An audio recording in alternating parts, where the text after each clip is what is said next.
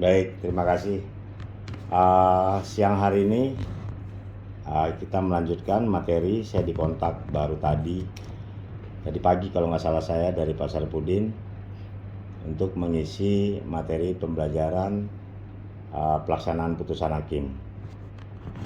Baik, saya tidak memperkenalkan diri lagi. Kemarin di jadwal gambaran umum saya sudah memperkenalkan diri, dan sedikit banyaknya saya absen dan saya lihat siapa peserta di Diklat Hukum dan HAM SPPA pada hari ini.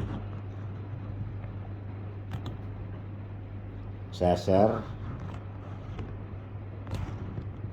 Silakan Pak.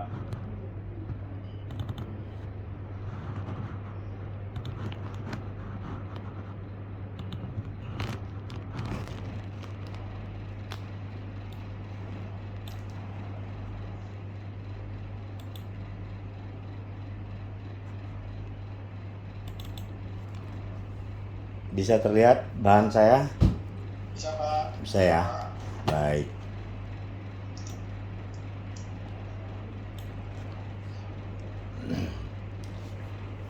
Jadi sama-sama kita ketahui Kerjanya hari Kamis 21 April. iya.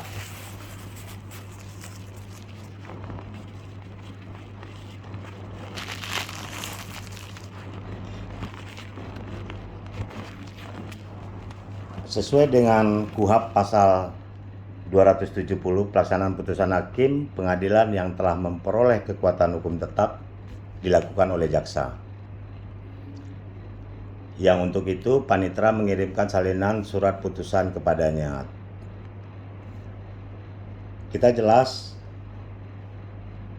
eksekutor di dalam hukum pidana itu adalah jaksa. Jadi apapun putusan hakim, baik dari tuntutan kami, apa yang dilakukan oleh hakim dalam putusannya akan kami laksanakan. Ini ada perbedaan, Bapak-bapak, Ibu-ibu. Filosofi pemidanaan menurut Undang-Undang Nomor 11 Tahun 2012 tentang SPPA berbeda terbalik dengan apa yang ada diatur di dalam KUHP.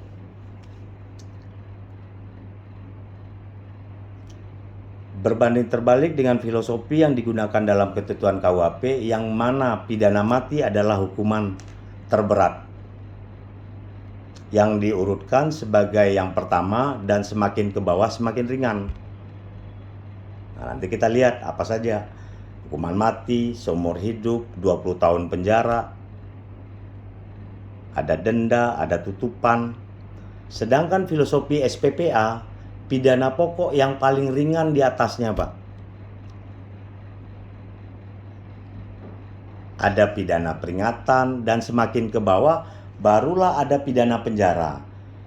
Nah, filosofi dari Undang-Undang SPPA, pidana penjara paling berat terhadap anak adalah 10 tahun karena dikurangi setengah dari hukuman orang dewasa.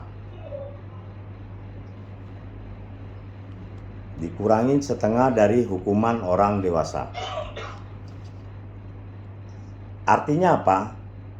Ketika jaksa melakukan penuntutan terhadap perkara anak, ketika hakim ingin memutus perkara anak, dia mempertimbangkan terlebih dahulu hukuman paling teringan. Ini anak melakukan, dia berantem di sekolah atau pencurian, ini pantas nggak diberikan pidana peringatan? Dipertimbangkan oleh hakim dulu. Oh, tidak pantas. Pantasnya di pelatihan kerja. Ring-ring tabel itulah dilalui. Apabila ring tabel itu sampai harus memang dijatuhkan hukuman penjara, pertimbangannya harus dalam.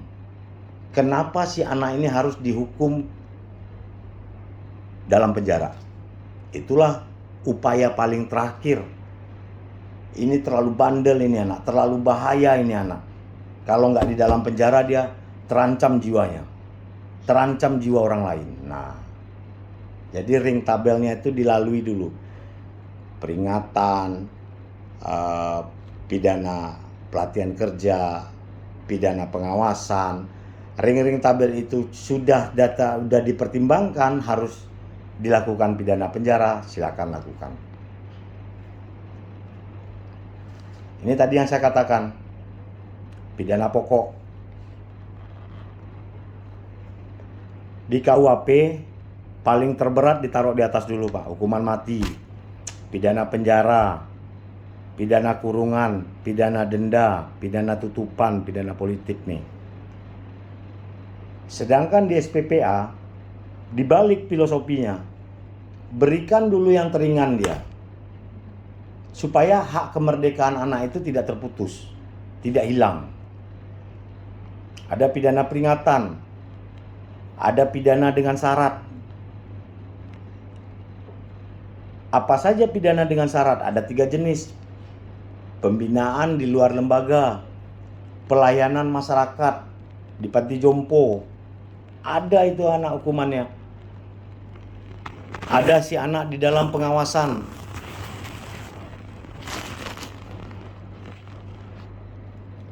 Selanjutnya ada pidana pelatihan kerja.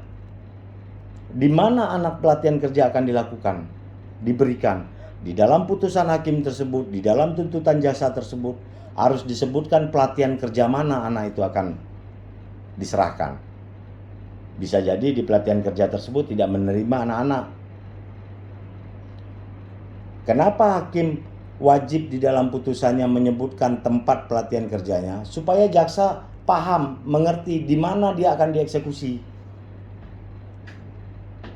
Nanti salah tempat pelatihan kerja, jaksa bingung mau dieksekusi kemana.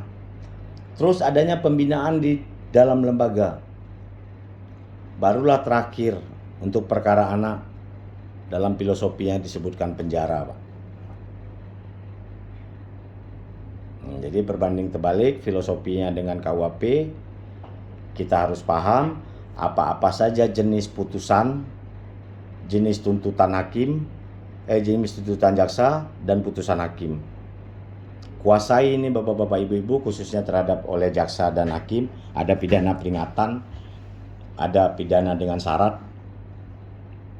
ada pelatihan kerja, dan ini putusan-putusan yang masih sangat jarang kita laksanakan di lapangan.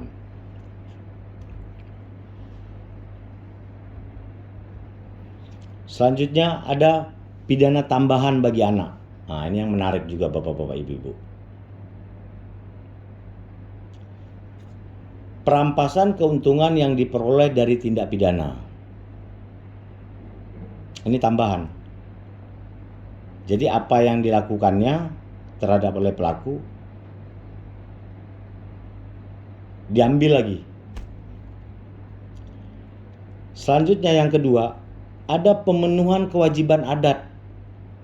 Nah, seperti mungkin di Aceh, di Papua, di Kalimantan, di Sumatera Barat, yang kental masalah adatnya apabila anak melakukan suatu kejahatan, melakukan pidana, tetapi melanggar aturan-aturan adat yang berlaku pada saat itu, pada saat dia melakukan.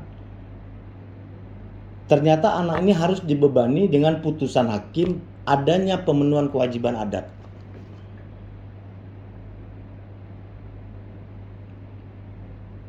Bagaimana seorang jaksa anak yang baru ditugaskan di tempat yang adatnya cukup kuat, yang dilakukan oleh anak yang dipegang perkaranya, dia baru duduk sebagai jaksa anak di sana, baru keluar SK-nya, harus cepat memahami adat istiadat yang dilanggar oleh anak tersebut. Begitu juga hakim. Hakim anak, ya mungkin kalau hakimnya orang sana, dia juga hakim anaknya, mungkin cepat menyesuaikan, paham dengan keadaan adat. Ini gunanya apa? Supaya kita dalam menangani perkara anak clear nih. Apabila dia dituntut, ada tuntutan oleh jaksa yang memenuhi kewajiban adat. Dan itu biasanya pemuka adat datang. Atau kita bertanya kepada pemuka adat, apakah memang harus kejahatan anak seperti ini diselesaikan juga dengan adat? Apa itu pemenuhan kewajiban adat? Denda atau tindakan yang harus dipenuhi berdasarkan norma adat setempat yang tetap menghormati harkat dan martabat anak serta tidak membahayakan kesehatan fisik dan mentalnya. Apabila sanksi adat dikenakan terhadap anak itu tidak membahayakan kesehatan fisik, dan siapa nanti yang mengeksekusi, kita serahkan anak tersebut ke pemangku adat, itu didampingi oleh jaksa dan PK Bapasnya. Nah ini nih, perkara lain dalam ketentuan undang-undang lain tidak ada yang seperti ini. Ini diatur khusus di Undang-Undang Nomor 11 tahun 2012 ini.